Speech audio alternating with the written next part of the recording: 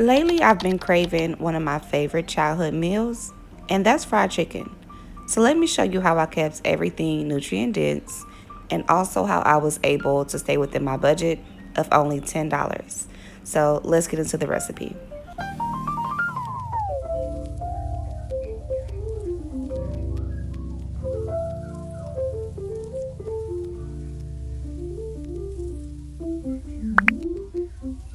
Starting with the price of everything, this pack of chicken legs was under $6. One sweet potato was around $2, and this cabbage was around $2 as well, which brought us to a total of right at $10.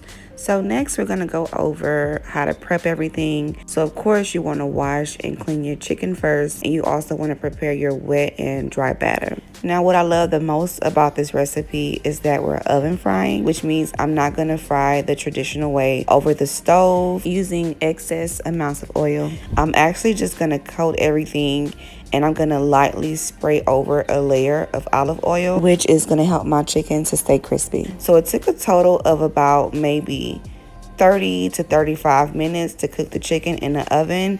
But also, anytime I'm meal prepping, I always try to find a way that I can utilize my time, which means if I cook this recipe in the oven, then that gives me time to multitask, catch up on some chores around the house, and really kind of just forget about it until it's done. And it might not seem like a big deal, but making intentional healthy swaps like this is what helps me to be able to maintain my wellness goals, such as making sure my meal is filled with proteins, fiber, and complex carbs, nutrient dense, but I'm also able to keep in touch with my favorite comfort meals like fried chicken. So while I'm on my wellness journey, I always have to remind myself that it's not about restrictions or not being able to eat this or not being able to eat that, but it's really more so about making intentional healthy choices that move me forward towards my goals. And moving on to my sweet potato recipe,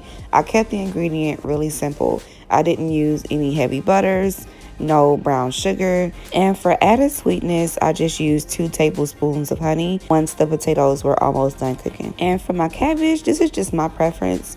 I don't really like to use the first few outer layers, so I'm going to peel those off and cut these up and let them cook on the stove for about 10 or 15 minutes. And once everything is done cooking, I'm just going to assemble my meal prep containers, and to maintain portion control, I'm only going to use 1 serving of everything. So I did have a few pieces of chicken left over, which I'm just going to save for a different day.